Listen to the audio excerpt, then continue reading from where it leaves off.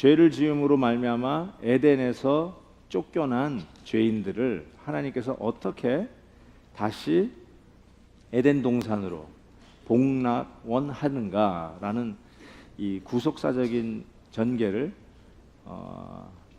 죄인들이 하나님을 함부로 대할 수가 없잖아요. 어떻게 죄인이 거룩한 하나님을 만날 수가 있겠어요? 두려웠고 떨리고 하나님을 보는 자체가 죽음이었죠. 그래서 에덴 동산으로 들어가는 그 길을 화영검으로 구룹 천사를 통해서 막고 계셨던 그 하나님을 우리 창세기 3장에서 보게 되는데, 결국 계시록에서는 12시절 과실을 맺는 생명나무 실과를 먹을 수 있는 바로 그 에덴 동산으로 다시 우리를 회복시켜 주시는 모습이 나타납니다. 어떻게 그러면 죄인들이 하나님을 다시 만날 수 있을까? 어떻게 에덴 동산에서 하나님이 사람들과 더불어 같이 산보하고 거닐었던 그런 순간에 그런 시절이 있었는데, 어떻게 하면 다시 죄인이 거룩한 하나님을 만날 수 있을까라고 하는 것입니다. 그래서 하나님께서 언제 어디서든지 하나님이 사람들을 만날 수 있었는데, 죄를 지음으로 말미암아 함부로 하나님을 만날 수 없는 거예요. 그래서 하나님께서 특정한 장소를 허락하셨어요. 그 특정한 장소에서만 하나님이 특별하게 만나셨어요. 그러면서 어떻게 거룩한 하나님이 죄인을 만날 것인가, 어떻게 쫓겨난 죄인을 다시 거룩한 하나님과 임재 속에서 같이 살 수 있도록 복락원 할 것인가를 이 구속사적으로 점점 보여주는데, 첫 번째가 제단이었어요. 두 번째가 성소였어요. 그 다음이 성전이었어요. 그러면서 하나님께서 이 특별한 제단, 성소, 성전이라고 하는 장소를 통해서 거룩한 하나님이 죄인을 만나는 그 창구를 열어놓으신 거예요. 어떻게 만났을까요? 죄를 해결하는 그 현장이 있었던 거예요. 그게 바로 제단이었고 성소였고 성전이었다는 거예요. 그래서 그때 그 순간에 그 특별한 장소에서 하나님을 만나는 경험을 하면서 결국 우리가 나중에 하나님을 다시 볼 수 있겠구나라는 소망을 갖게 됩니다. 자, 그 제단, 성소, 성전이라고 하는 이 개념으로 계속 발전해 가는데, 오늘은 그런 면에서 최고의 하이라이트가 예수 그리스도십니다. 예수 그리스도. 왜냐하면 오늘 여러분 읽어보신 본문, 우리가 예배 시작할 때마다, 주일 예배 시작할 때마다 우리 사회 보시는 목사님들이 선포하잖아요. 하나님은 영이시니 예배하는 자가 영과 진리로 예배할지니라. 근데 그 전에 컨텍스트가 아시죠? 사마리아 여인과 예수님의 대화예요. 무슨 대화를 했습니까? 나도 예루살렘에서 예배 드리고 싶습니다. 예루살렘이 어디예요? 성전이 있는 곳. 거기서 예배 드리고 싶습니다. 그런데 사마리아 사람들은 예루살렘에 갈 수가 있었나요? 없었나요? 없었습니다. 아시리아가 BC 722년인가요? 그 북이스라엘을 정복하지 않습니까? 북이스라엘 열 족속을 전부 다 점령하고 소위 거기서부터 빼내죠. 그리고 나머지 인구를 아시리아인을 집어넣어요. 그래가지고 혼혈을 해버렸어요. 그러니까 나중에 586년에 이 바벨론에 의해서 남쪽 유다도 이 점령당하지 않습니까? 그때 바벨론으로 포로로 갔다가 70년 만에 다시 돌아와 보니까 어떻게 됐어요? 성전이 회파돼 있었어요. 그래서 다시 성전을 짓습니다. 다시 성전을 짓는데, 그때 이 북이스라엘의 소콜 혼혈, 이 아시리아 사람들과 피가 섞인 이스라엘 백성들이 우리도 짓겠다고 그래요. 우리가 성전 짓는 거 도와주겠다 할 때 노땡큐 합니다. 왜 노땡큐예요? 피가 섞였다는 거예요. 그래서 못 지었어요. 그래서 그때 북쪽 사람들은 어디다가 자기네들 성전을 짓습니까? 예?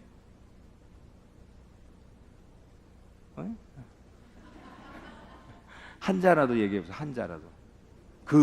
그리심산에다가 성전을 짓는 거예요. 그래서 위에 이스라엘 그 북쪽 사마리아 사람이라고 해야 되겠죠. 는 그리심산에서, 남쪽 유다 사람은 예루살렘 성전에서 예배를 드린 거예요. 근데 이 사마리아 여인이 가만히 아무리 생각해도 정통적인 거는 예루살렘 성전 아니겠어요? 솔로몬 성전이 있었던 곳이 바로 예루살렘 아니겠어요? 뭐 그러니까 어쨌든 to make the story short, 예수님께서 하시는 말이 이제는 그리심산도 아니고 예루살렘도 아닌 어디예요? 언제 어디서나 영과 진리로 예배할 때가 온다 라고 말씀하셨던, 그게 그 컨텍스트에 오늘 본문이 나중에 다시 나옵니다. 근데 그때 영과 진리 할 때 capital letter S spirit, capital letter T truth예요. 영과 진리. 왜 capital letter, 왜 대문자로 썼을까요? 대문자 spirit은 뭘까요? 네? 그러니까 우리가 옛날에는 신령과 진리로, 기억나세요? 옛날 성경 번역 신령과 진리로, 신령하니까 신령하네, 신령스럽네 해가지고 꼭 무슨 형용사 같이 썼는데 no. 그러니까 영어로 sincerely 이런 표현을 생각하는데 그게 아니라 capital letter S를 썼어요. 영 누구예요? 그렇죠, 성령. 성령이면 그리스도의 영이죠. 그리스도의 영. 진리도 캐피털 레터 T를 썼어요. 그건 뭐예요? 내가 곧 길이요 진리요 생명이니 나로 말미암지 않고, 예수 그리스도를 얘기해요. 그리스도의 영, 그리스도. 그러니까 쉽게 얘기해서 Spirit and Truth는, 영과 진리는 그리스도예요. 언제 어디서든지 그리스도로 예배할 날이 온다는 거예요. 어느 특정, 보세요. 다시요. 에덴 동산에서 하나님과 데이트했어요. 에덴 동산에서 하나님과 산보했어요. 죄를 지었어요. 더 이상 하나님과 산보할 수 없어요. 제 별명이 뭐라고 하더라? 멀리하기에는 너무 가까운 당신인가? 아니야.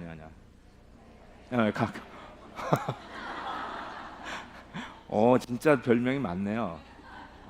난 몰랐어요. 그러더라고요. 목사님은 가까이 하기에 너무 먼 당신이라고. 여러분, 가까이 하기엔 너무 먼 당신. 왜냐면 좀 겁나죠. 저하고 가까이 하기 좀 겁나지 않으세요? 뭔가 이렇게 아니에요? 그런데 왜 그런 별명을 붙었지? 다우지가 그런 거 있잖아요. 불편하다고요, 실은. 여러분이 저를 좋아하는 분도 저랑 하루 24시간 제가 줄줄 쫓아다니면은 굉장히 번거로울 거예요. 하고 싶은 일도 목사님 눈치 봐야 되고, 내 마음대로 좀 뭔가 먹고 싶고 보고 싶고 누구 만나고 싶고 뭐 자유시간 갖고 싶은데 목사님이 옆에 계시니까 얼마나 불편하겠어요. 그렇죠? 우리 아내도 내가 가끔 사라지면 그렇게 좋아하는데 여러분이라고? 여러분도 안 그러겠어요? 자, 보세요. 그러니까 그 불편하다는 말이 뭐냐면요, 제약을 받는다는 거예요. 좀 나를 누가 보고 있으면 불편한 부분이 없을 수가 없어요. 죄인들은 있는 그대로 나의 모습을 보면 불편한 거예요. 자, 보세요. 하나님과 죄가 없는 관계에서는 산보를 다녀야 되니까 즐겁다고요. 같이 데이트하는 게 좋다고요. 근데 죄인은 하나님 앞에서 더 이상 불편해지는 거예요. 하나님이 쫓아내지 않아도 하나님 앞에 갈 수가 없고 달아나야 하는 게 우리라는 존재예요. 그래서 그렇지만 하나님을 떠나서는 살 수 없는 게 우리 아니에요. 진짜 가까이 하기에 너무 먼 당신이 하나님이에요. 죄인의 입장에서 생각해 볼 땐 그분한테 가까이 가고 싶어도 죄 때문에 갈 수가 없다는 거예요. 그래서 하나님께서 처방을 주신 것이 제단이요, 성소요, 성전이요. 여기서 만나시겠다는 거예요.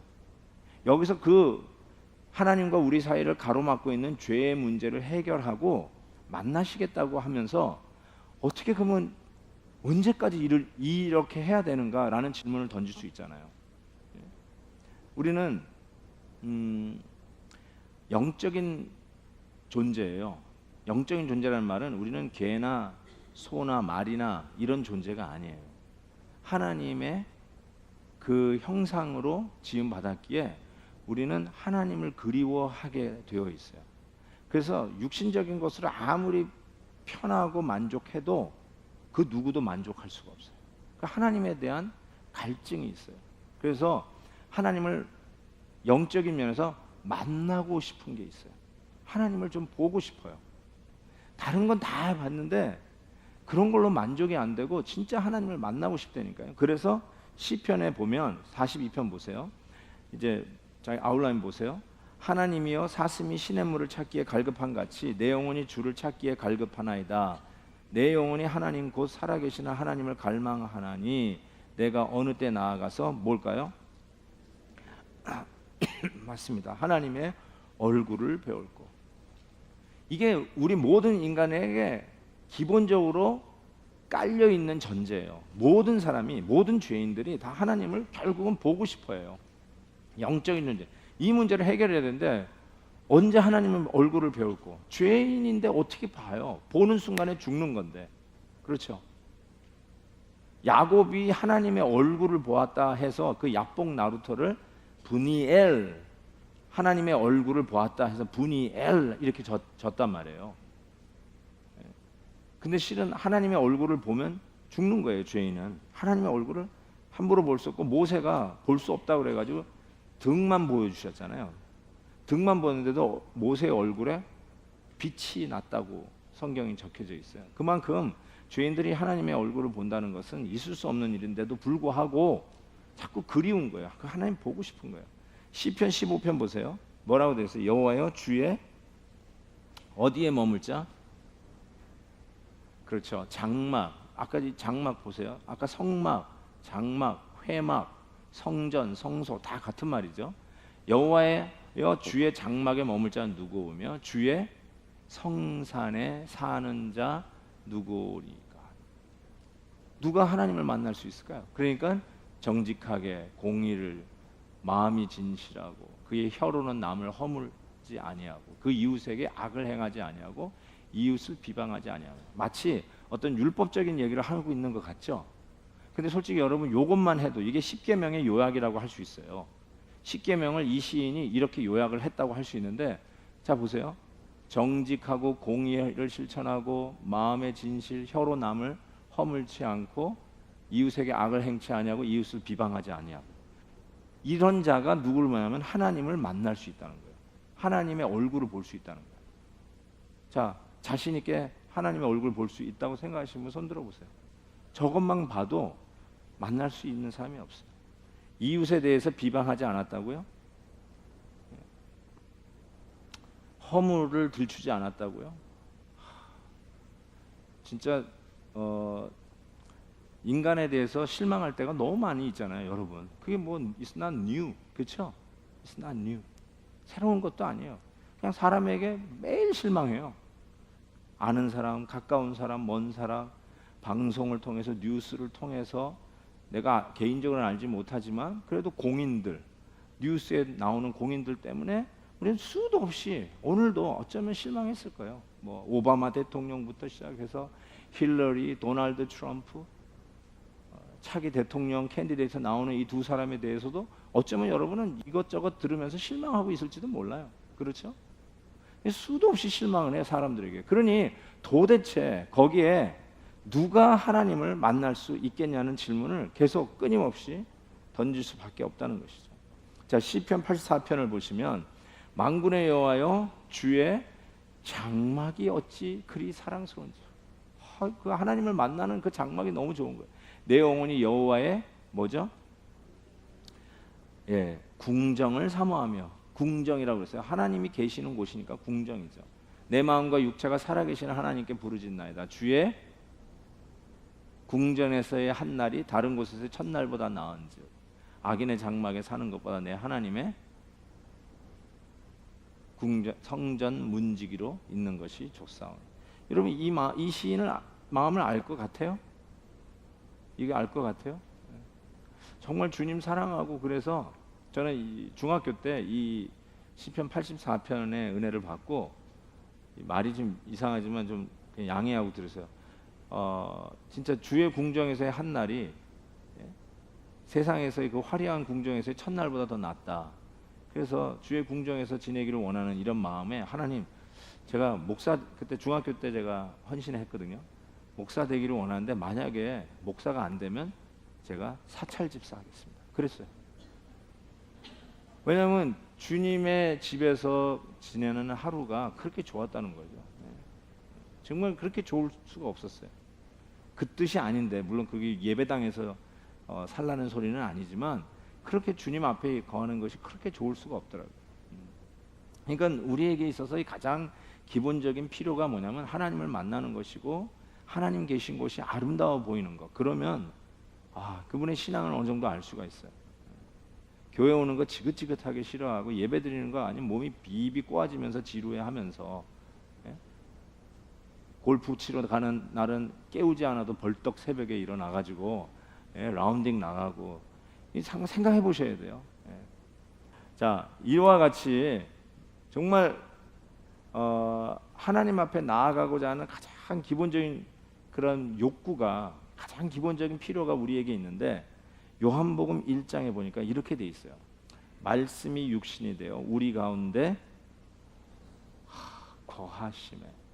이 거하심에가 영어 성경 가지면 이렇게 우리 가운데 태버네클 이렇게 돼 있어요. 태버네클을 다시 한국말로 바꾸면 그게 성막이에요.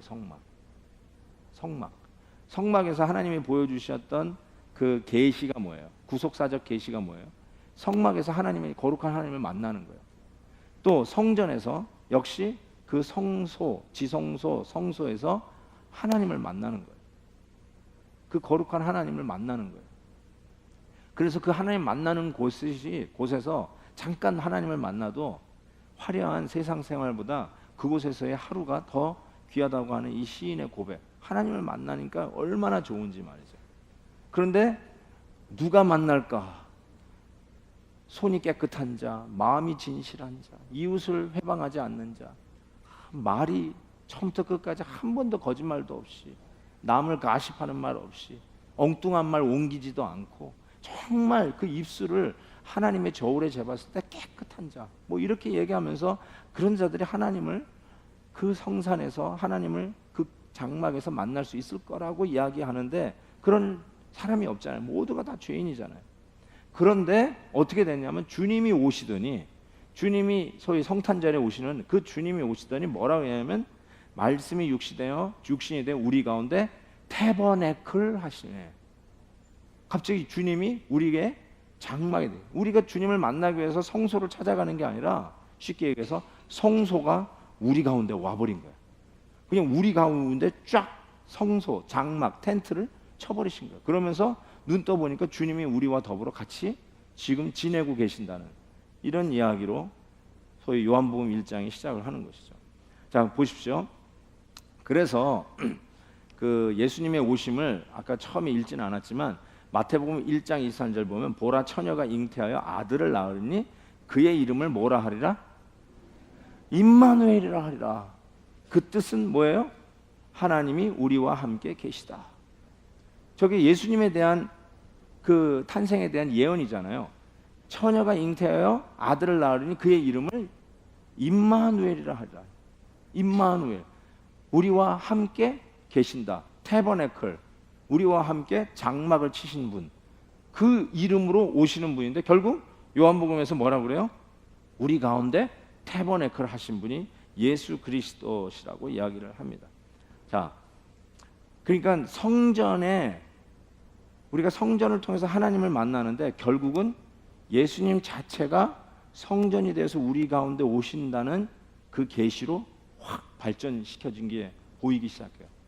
그러니까 그 창세기 범죄한 우리 인간들, 네가 죄를 지었으니까 정령 죽으리라. 정령 죽으리. 영적으로 육적으로 죽어야만 하는 마땅하고, 아니 죽은 이 인간들을 저 같으면 에이 하고 쓸어버리고 다시 창조할 것 같은데, 하나님은 그렇게 얘기 안 했어요. 망가지고 죄로 말미암아 세상에 죄가 들어오고 사망이 들어온 이 세상을 하나님은 싹 쓸어버리고 다시 시작하자라고 하지 않고, 이거를 고치기로 마음을 먹은 거예요. 그래서 구원을 다른 표현을 하면 recreation, 재창조라는 말을 써요. 재창, recreation. 그래서 아담을 죄로 말미암아 죄가 세상에 죄가 들어온 있는 이 세상을 회복하기로 마음을 결정하세요. 그게 하나님의 방법이에요. 어떻게 그러면 회복할 것이냐? 이게 바로 구원의 역사를 이제 성경이 쭉 적어가는데 내가 이렇게 회복할 것이다 라고 하면서 창문에 커튼을 열듯이 보여주시는데 그 첫 번째가 제단이었고 성소였고 성전이었단 말이에요. 그렇구나. 그럼 성전 다음에 뭘까? 이렇게 생각하고 있었는데 아예 예수님께서 하시는 말씀이, 오늘 성경이 하는 말이 예수님이 태버네클 하셨다. 예수님이 오셨는데 그의 이름을 임마누엘, 하나님이 우리와 함께 계시는 그 예수님이 아예 오셨다라고 얘기하는 거예요. 그러니까 이 계시의 그 이미지, 이 구속의 역사가 예수 그리스도에 와서 완전히 확 창문을 확 열어버리신 거죠. 이렇게 우리를 구원하신다는 거구나 하고 확 열려버린 거예요. 자, 그래서 보시면 이제 이거를 염두에 두시고 복음서를 보세요. 그러면 예수님이 성전에 대한 태도가 이제 나와 있는데 그 태도가 뭐냐면 예수님이 성전을 무시하지 않았어요. 예수님의 그 어린 시절에도 물론 그랬고, 그런데 예수님께서 이렇게 얘기했어요. 그 성전 앞에서 거기서 장사하는 사람들 보잖아요. 장사하는 사람들 딱 보니까 예수님이 뭐 그 회개하고 있는, 이 장사하고 있는 그 테이블을 들러엎고 채찍을 해가지고 막 패기 시작하셨어요. 예수님도 폭력을 휘두르나라고 할 정도로 너무너무 놀래는, 예수님이 이렇게 화나고 진노한 적이 없는데 그게 바로 성전 앞에서였어요. 내 아버지의 무엇으로? 집이라고 그랬어요.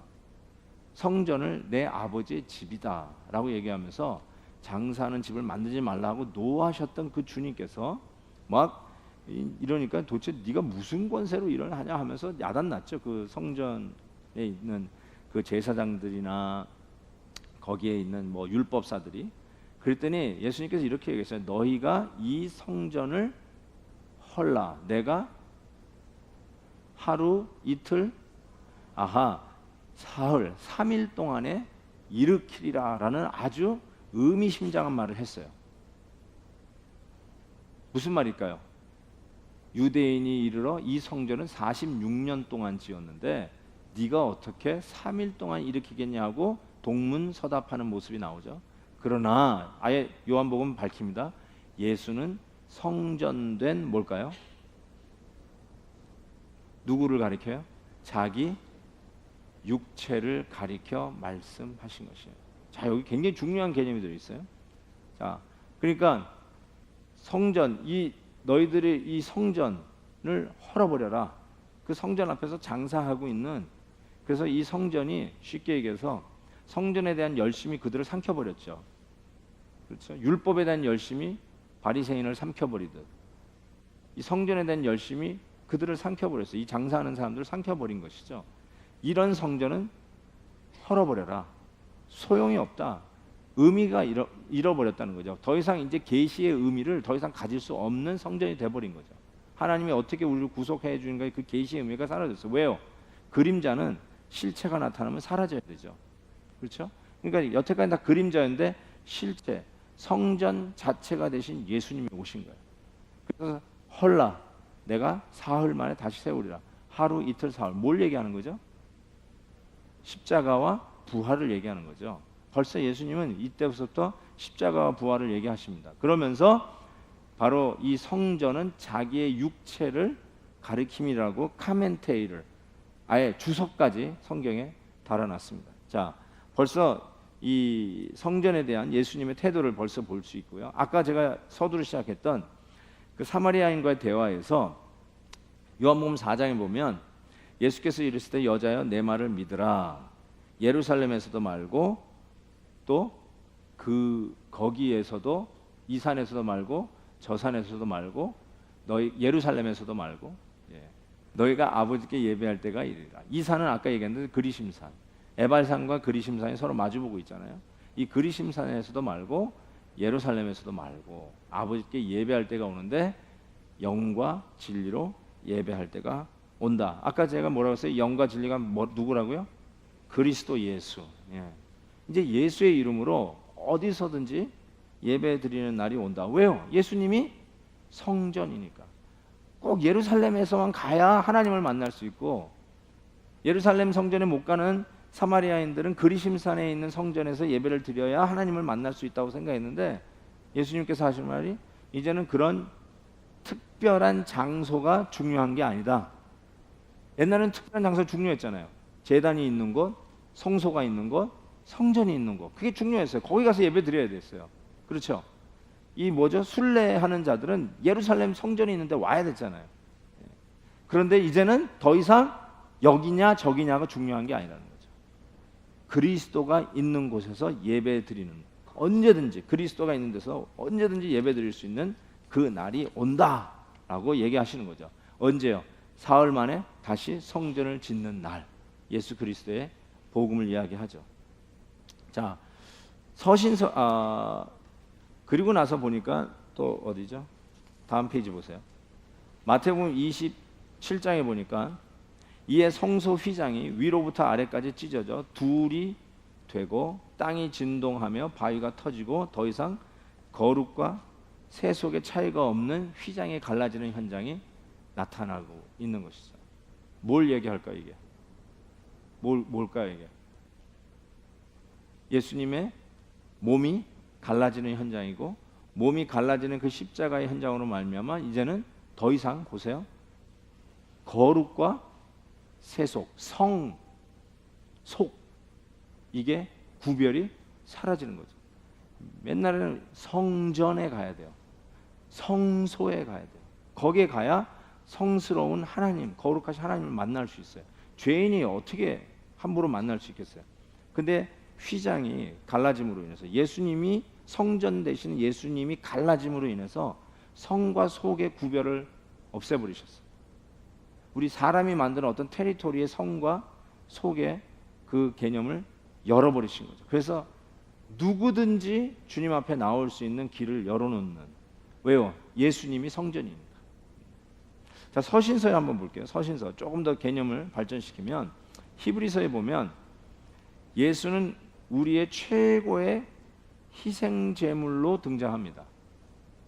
그렇죠? 그 다음에 우리의 대제사장이시고 우리의 아주 특별한 존재로 등장하십니다. 그래서 히브리서 8장에 보면 이제 하는 말의 중요한 것은 이러한, 누가 우리에게 있어요? 이러한 대제사장이 우리에게 있다는 것이다. 대제사장이 우리 가운데 있어요. 여러분, 그 성전에 그 지성소에 대제사장만 들어갈 수 있잖아요. 1년에 한 번. 근데 그 지성소의 휘장을 위에서부터 아래로 쭉 찢어 놓으시는 그 역사가 바로 예수 그리스도가 대제사장 되셔서 그걸 쭉 잘라 놓으셨으니까 이제 뭐예요? 우리 주님의 이름으로 대제사장, 큰 대제사장들이 예수님의 이름으로 언제든지 하나님의 성소에, 하나님이 계시는 그 지성소에 담대하게 나갈 수 있다는 거죠. 그때 영어로 보울들인데 그 보울들리를 다시 한국말로 바꾸면 뻔뻔하게 해요. 뻔뻔하게.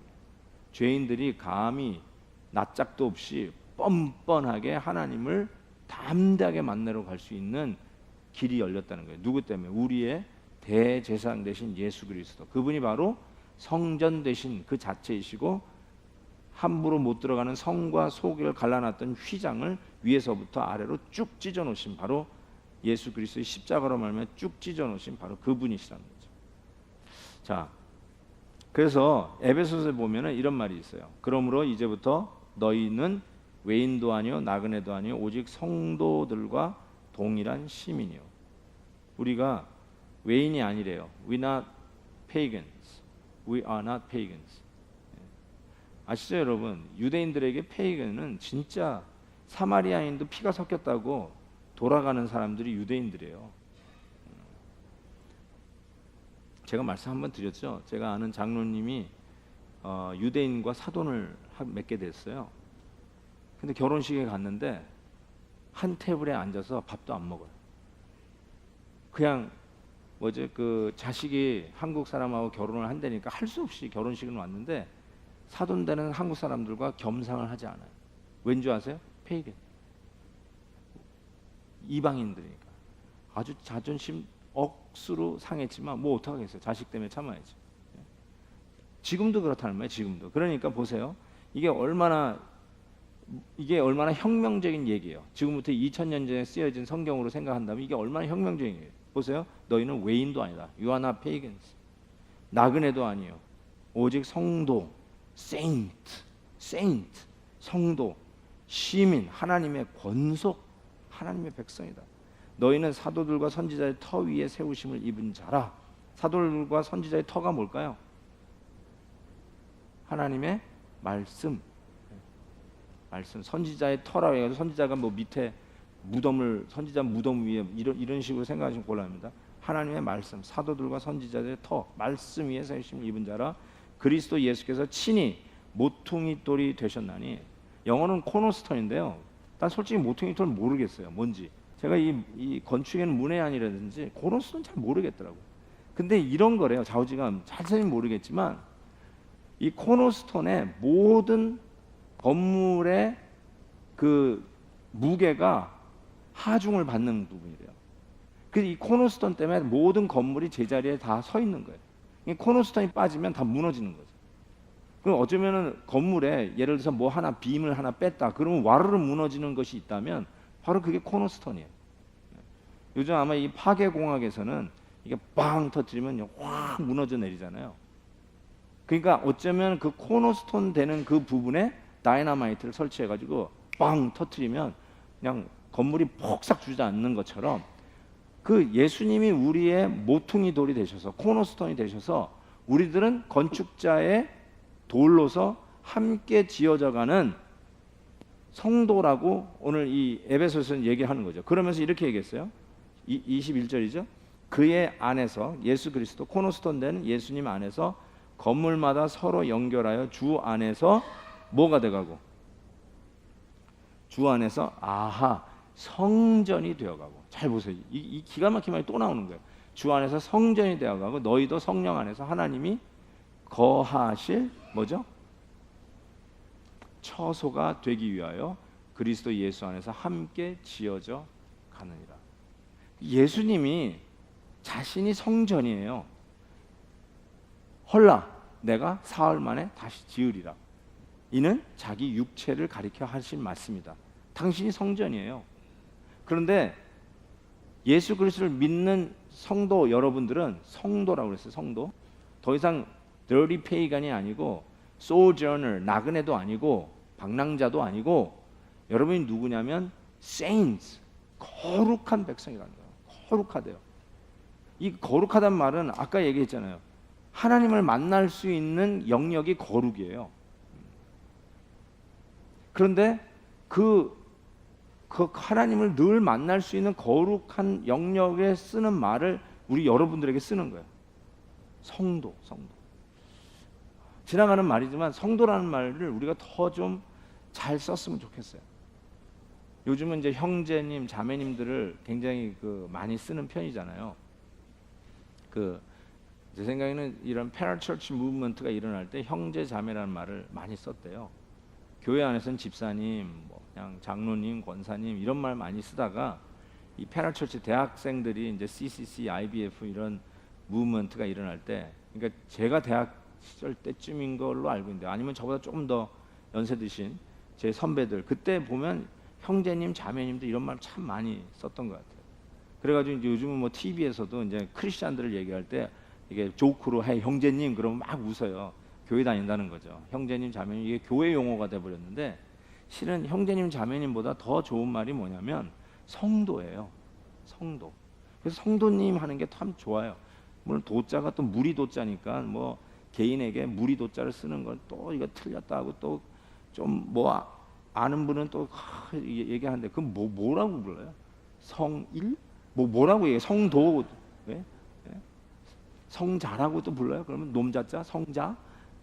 어쨌든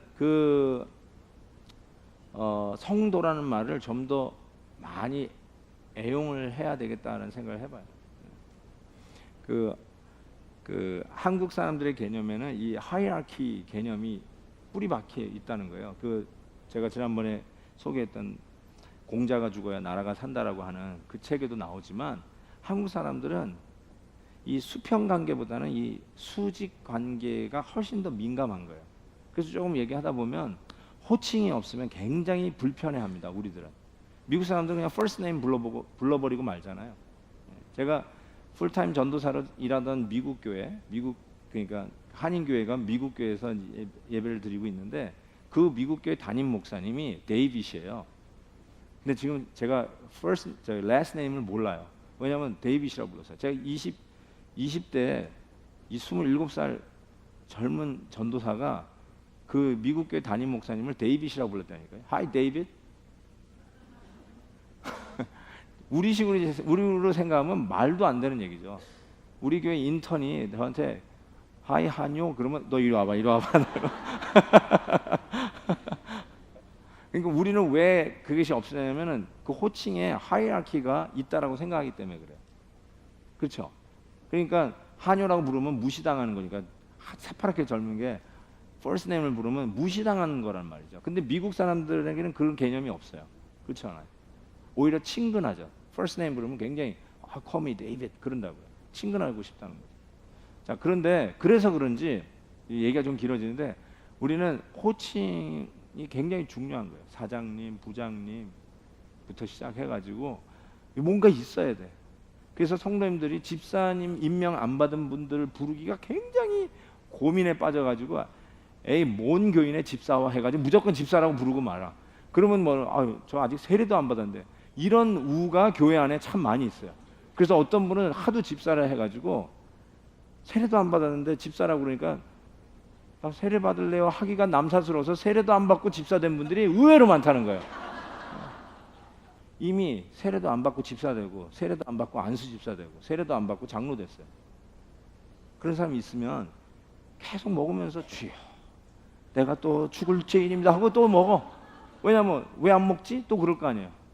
왜 장로님 또 안 드세요? 뭐 큰 죄 졌어요? 이러면 또 아니에요 또 먹어. 그러면 안 돼요. 예.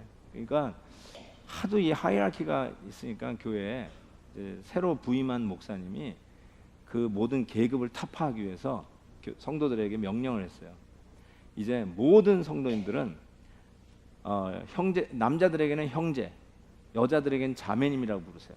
그 대신 70 이상 되신 어르신 남자에게는 아버님, 70 이상 된 백발의 자매님들에게는 어머님이라고 부르시라고. 그 외에는 전부 다 형제님, 자매님, 뭐 장로, 집사 이런 말 부르지 말라. 형제님, 자매님. 그 대신 목사에게는 목사라고 부르라고 이렇게 했는데도 불구하고 다 그러니까 예배 끝나고 이제 자매님들이 막 나가면서 이제 목사님들한테 인사하는데 그러더래요. 오빠 그러면서 가더래요.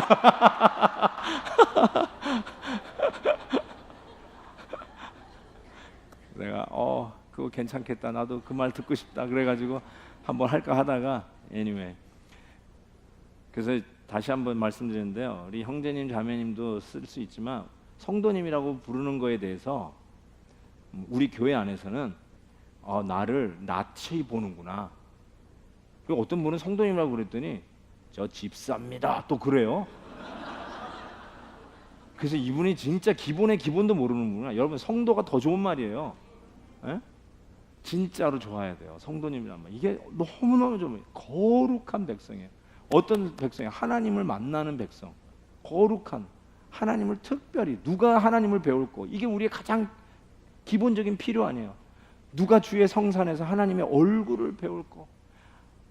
목마른 사슴이 시냇물을 찾듯이 우리의 영혼이 하나님을 찾는데 누가 하나님을 만날 수 있을까? 성도들이 만날 수 있다는 거예요. 성도들이 누구냐? 성도들이 누구냐? 바로 예수 그리스도를 나의 주, 나의 하나님으로 믿는 성도들. 그 십자가로 말미암아 내가 하나님의 지성소, 하나님의 얼굴을 뵈는 곳으로 갈라진 휘장 사이로 들어가 담대하게 하나님 앞에 나아가서 그 거룩한 하나님을 아버지라고 부르고 그 하나님 앞에 나가서 기도하고 부탁하고 그 하나님은 언제든지 어느 곳에서든지 꼭 이 예배당 안에만 와야 하나님을 만나는 게 아니라 정말로 저 뭐 자슈아 추리가 있는 그 밤하늘이 보는 초롱초롱 빛나는 그 들판에서라든지 아니면 그 누구도 찾아오지 못하는 저 북극이나 남극이라든지 아니면 정말로 허름한 내 집 안에서라든지 교회가 허물어져 가는 그런 천막 같은 교회라 할지라도 교회당이라 할지라도 그곳에서 예수 그리스도의 이름 우리의 성전 되시고 우리의 하나님 되신 그 예수 그리스도의 이름을 부르는 자마다 이 산도 아니요 예루살렘도 아니요 오직 하나님을 예배하는 자는 영과 진리로 Spirit and Truth, capital letter S Spirit, capital letter T Truth, 예수 그리스도로 언제 어디서든지 주님을 하나님을 거룩한 하나님의 얼굴을 만날 수 있습니다. 그 복을 우리가 누린다는 것이죠. 그렇기 때문에 당연히 나오는 기독교 윤리가 나오기 시작하는데 그게 성도의 행동이에요. 고린도후서 6장 보세요. 너희는 믿지 않는 자와 멍에를 같이 매지 말라. 이 말은 이제 결혼에 굉장히 직접적인 컨텍스트가 있어요. 결혼에 제1 적용을 할 수 있어요. 왜냐하면 여러분 보세요. 지금 여러분이 예수 그리스도 성전과 함께 연결돼 익스텐션 돼가지고 여러분도 성도가 되고 즉 여러분도 성전의 일부가 돼서 같이 지어져 가는 거예요. 근데 우리 성전이 우상을 섬기는 다른 소위 그 우상 덩어리가 있는 그것과 같이 갈 수 없다라고 하는 컨텍스트로 지금 설명하고 있어요. 보세요. 의와 불법이 어찌 함께 빛과 어둠이 어찌 사귀며 그리스도와 벨리알 바벨이라고 생각하시면 됩니다. 어찌 조화되며 믿는 자와 믿지 않는 자가 어찌 상관하며 하나님의 성전과 우상이 어찌 일치되리요. 그러니까 우상도요 성전이에요. 우상도 우상을 섬기는 성전과 하나님을 섬기는 성전이 어찌 이게 일치가 되리요. 우리는 살아계신 하나님의 무엇이다? 뭘까요? 그렇죠. 우리가 하나님의 성전이라. 그러니까 보세요. 여기서부터 윤리가 나오는 거예요. 기독교 윤리가. 그러니까 기독교 윤리는요 완전히 고등 종교와 반대예요. 고등 종교는 우리가 착하고 좋은 일 하면 그 하나님의 백성이 되는 거예요. 근데 우리 기독교 윤리는 그게 아니에요.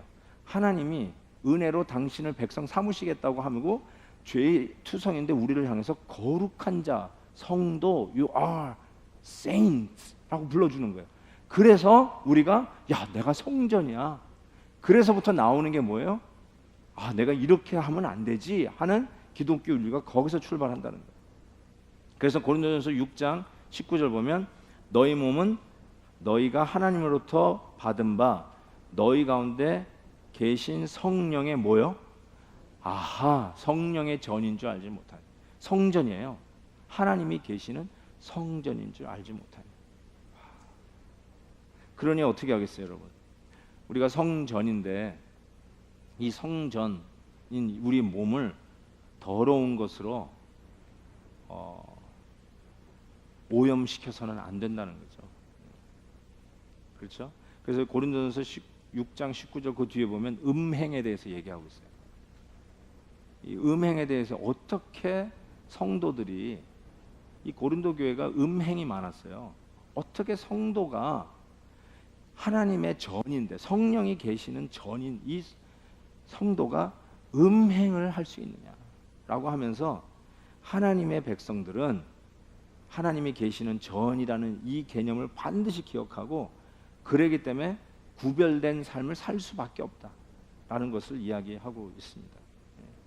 정말 여러분 죄의 유혹이 올 때마다 내가 누구지? 이걸 생각해 주시면 되겠어요. 아 그래 나는 뭐 별 볼일 없으니까 뭐 이 정도야 뭐 그냥 그게 그거다 하고 또 이렇게 손에 흙탕물에 손을 담는 식으로 생각하지 마시고요. 내가 성전이다 라는 생각을 하셔야 돼요. 자 한번 옆에 있는 분들에게 이렇게 합시다. 당신은 예수님의 성령의 전이신 성도입니다. 이렇게 한번 얘기를 한번 해볼까요? 시작. 성령의 전이신 성도입니다. 와 진짜 와 이런 말을 듣는데 얼굴이 어두워지는 분은 도대체 왜 그럴까? 그렇죠? 내가 성전 뜨끔하시잖아요. 뜨끔하시는 부분은 진짜 회개하시고 가야죠. 그러니까 우리에게 소망이 있는 거. 참 그렇지. 내가 이렇게 거룩한 성령이 내 안에 계시는 하나님의 전, 홀리 템플, 성전이지 참. 예수님과 더불어 모퉁이 될 예수님과 더불어 함께 성전을 지어가는 그 성전의 한 부분으로 함께 지어가는 성전이지. 그러니까 그것 때문에 내가 보는 것, 내가 말하는 것, 내가 가는 곳, 내가 만지는 것, 내가 대화하는 사람, 교제하는 사람, 더 나아가서 결혼할 대상조차도 우리 자녀들은 특별히 뭐 믿지 않는 사람하고 배우자가 되어가지고 나중에 예수 믿게 된 분은 하나님의 특별한 은총이 있는 분이에요. 그건 특별 은총이에요. 레귤러 은총이 아니에요, 여러분. 그러니까 여러분이 안 믿는 사람하고 결혼했다가 교회 다니게 됐다고 여러분의 자녀들도 야 너도 그냥 사랑하는 사람하고 해 일단 그러면 엄마 아빠처럼 나중에 또 교회 다니게 될 줄 아니? 이렇게 생각하시면 정말 곤란합니다. 여러분은 특별하게 예외로 은혜를 받은 거예요. 예? 지금 예수 안 믿다가 예수 믿는 분들은 특별 예외라니까요. 근데 여러분의 자녀들도 그렇게 될 거라고 얘기하지 마세요. 그러니까 믿음이 있는 자는 정말로 만나는 사람도 내가 먹는 음식도 내가 말하는 대화도 내용도 우리가 구별해야 성전이든 어떻게 성전이 하나님이 함께 하시는 성전이 우상을 섬기는 템플하고 같이 갈 수 있느냐라고 지금 얘기하고 있는 논지가 그거예요. 그래서 do not yoked together. 황소 두 마리가 같이 멍에를 메고 밭을 가는데 그렇죠. 그게 부부의 문제 아니에요. 부부는 항상 이렇게 멍에를 같이 메고 가는 두 황소와 같아요. 그런데 하나님의 전과 우상의 전이 함께 멍에를 메고 한 방향으로 밭을 갈 수가 없다는 게 전제가 되고 있는 것이죠. 같은 방향인 거예요. 삶의 철학, 목적, 디렉션. 내가 왜 사는가? 내가 왜 돈을 버는가? 내가 내 공부를 왜 하는가? 우리가 리타이어 하고 나서는 무슨 꿈을 꾸면서 살 것인가? 응? 그냥 편하게 골프 치면서 살 것인가? 아니면 남은 인생 하나님께서 나에게 주신 은혜와 경험과 노하우와 건강을 가지고 주님의 일들을 위해서 열심히 살겠다. 나는 녹슬기보다는 달아 없어지겠다라고 했던 조지 위필드 목사님처럼 그런 마음으로 사는 거. 그게 어디서 가능하냐면 성전일 때 가능하지. 성전이 아닌 우상 단지를 섬기는 그런 데서는 절대로 그런 인생 철학이 나올 수 없거든요. 기껏해야 그냥 남 도우면서 살고 그것으로 나는 괜찮은 인생을 산다라고는 자기 만족에서 살지. 하나님의 영광을 위해서 빛도 없이 이름도 없이 내가 소모되어도 달아 없어져도 상관없는 삶을 살 수 있는 것은 그리스도와 더불어 함께 지어져가는 성전이 될 때만 가능한 일 아니에요. 그렇죠? 네, 너무 달라요. 크리스찬하고요.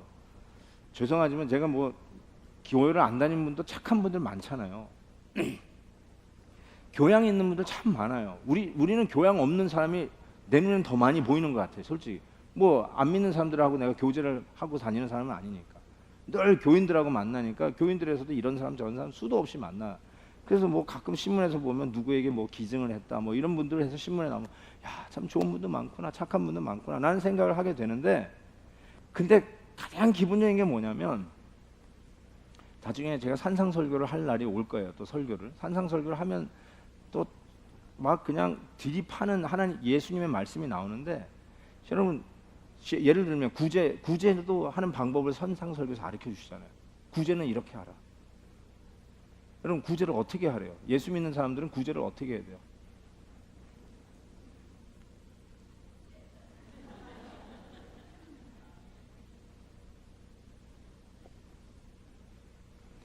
근데 왼손이 아니라 오른손을 모르게 하라는 말이 가능한 얘기입니까? 솔직히 psychologically? Is it possible? 왼손이 하는 내가 하는 일을 내가 모르게 하래요. 그게 무슨 뜻이죠? 여러분 남에게 좋은 일을 하잖아요. 우리 성도는 잊어버리는 사람이래요. 그거를.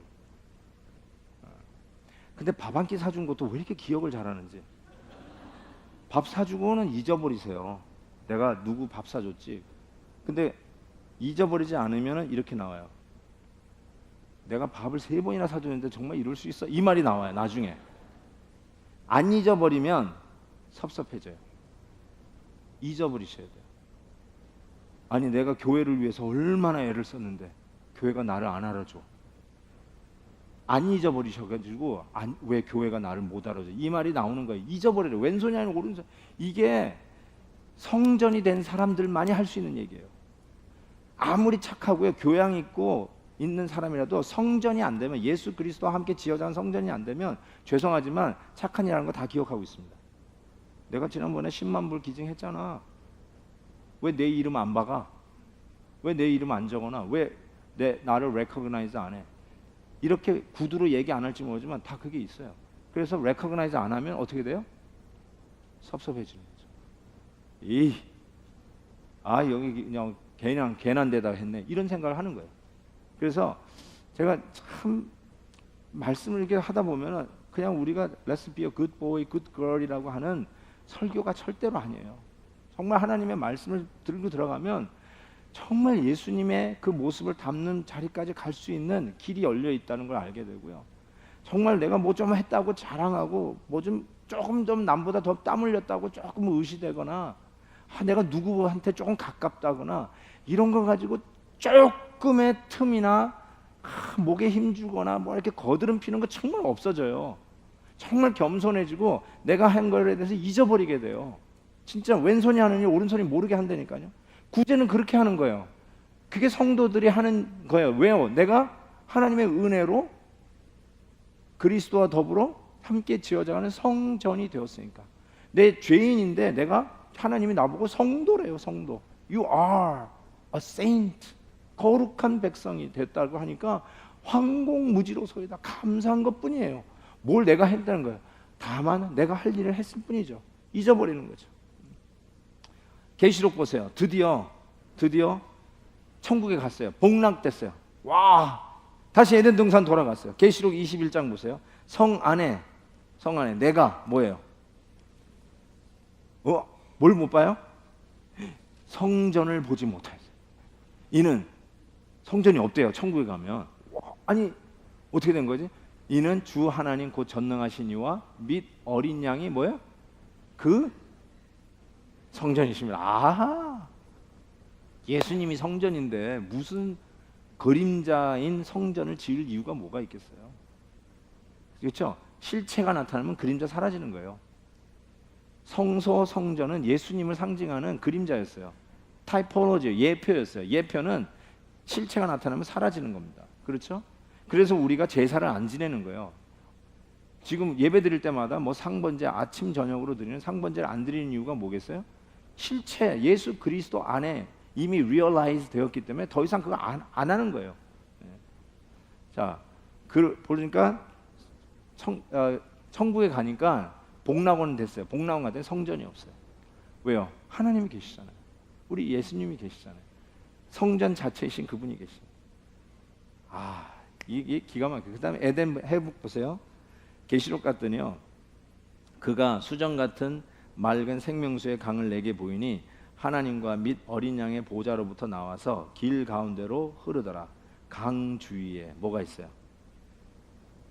생명나무가 있어. 강 좌우에 생명나무가 있어. 생명나무는 에덴 동산 중앙에 있는 나무예요.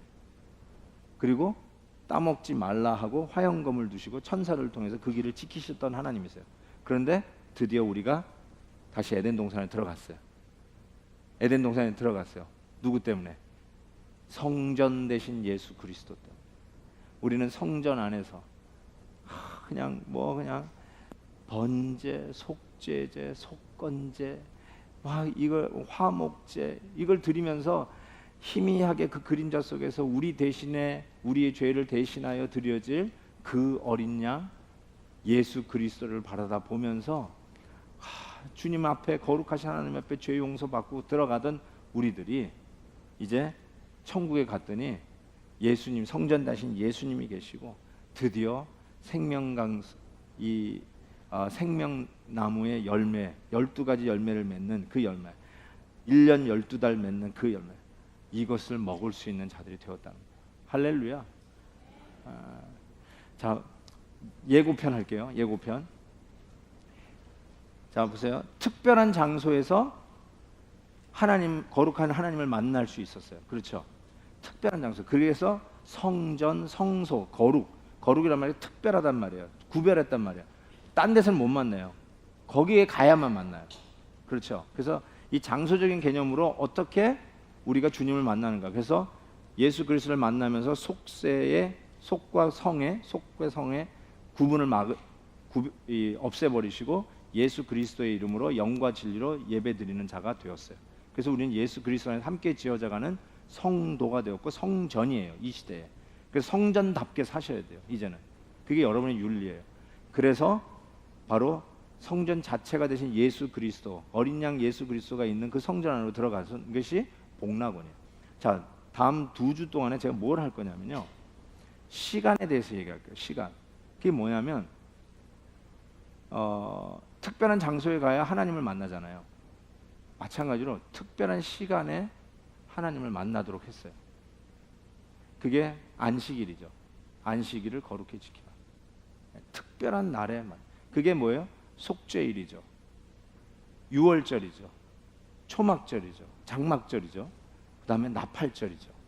그래서 특별한 날에 하나님이 백성들을 만나주세요. 이 특별한 날의 시간이 어떻게 또 이 우리를 구원하시는 이 시간의 역사 속에서 어떻게 전개되는지를 한번 남은 2주 동안에 한번 해볼게요. 조금 더 해야 되는데 어쨌든 2주 동안에 좀 해보고 9월 달로 들어갔으면 좋겠다는 생각이 듭니다. 우리 한번 찬양을 했으면 좋겠는데요. 내 안에 뭐 음식을 먹으면 음식이 들어와 있는 것처럼 생각하는데 실은 내 안에 주님이 계시지. 성령님이 이 안에 계시는 나는 하나님의 성전이지. 이걸 좀 생각을 하시면서 이 찬송 부르셨으면 좋겠어요. 그것이 어떤 유혹이나 어떤 힘든 속에서 나를 다시 기쁘게 이끌어내는 힘이라는 것을 말씀합니다. 한번 이 찬송 부르시면서 오늘 말씀을 한번 상고해 봤으면 좋겠습니다.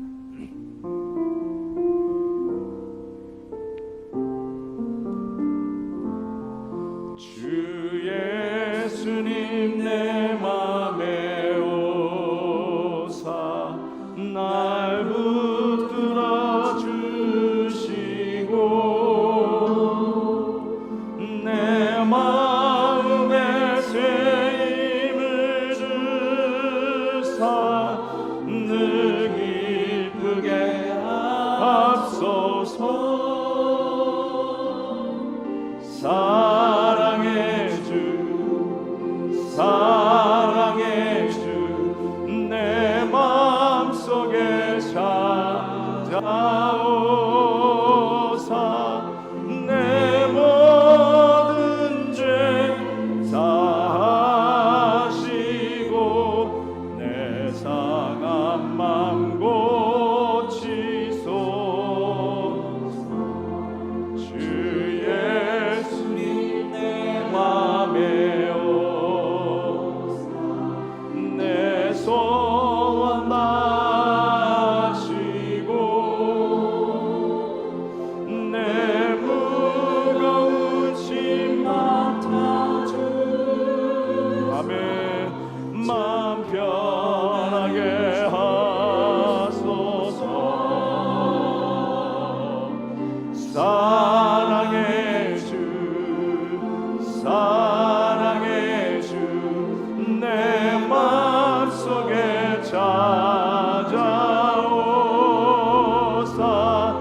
내 모든 죄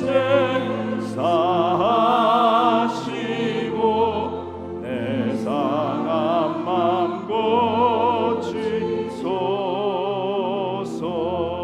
주 예수님 내 맘에 오사 날 정결케 하시고 그 은혜로 내 맘에 채워 늘 충만케 하소서. 사랑의 주 내 마음속에 찾아오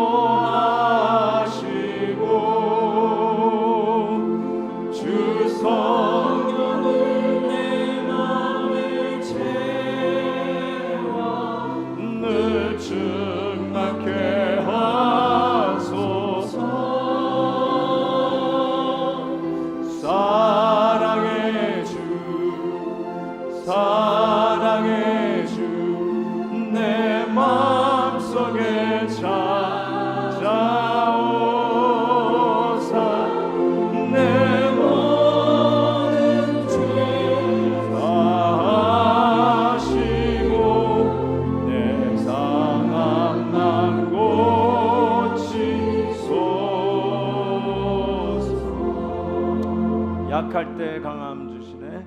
약할 때 강함 대신에 나의 보배가 되신 주 나의 모든 것. 아멘. 주 안에 있는 보물을 나는 포기할 수 없네. 주 나의 모든 것. 우리 두 손 들고 찬양합니다. 예수 어린 양 존귀하리르. 아멘. 예수 어린 양 존귀하리르.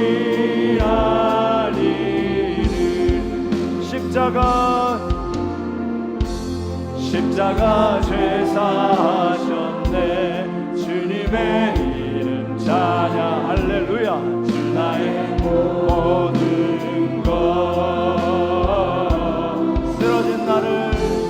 쓰러진 나를 세우고 나의 빈장을 채우네. 주 나의 모든 것. 아멘. 예수 어린 양. 예수 어린 양 존귀하네.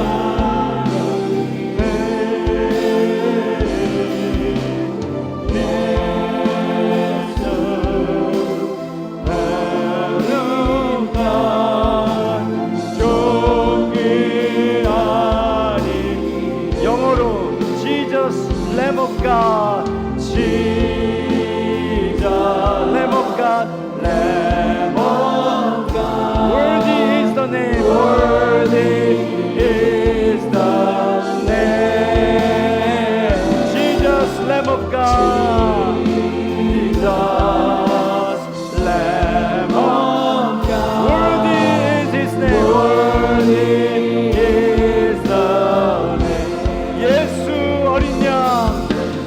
예수 어린 양 존귀하리르.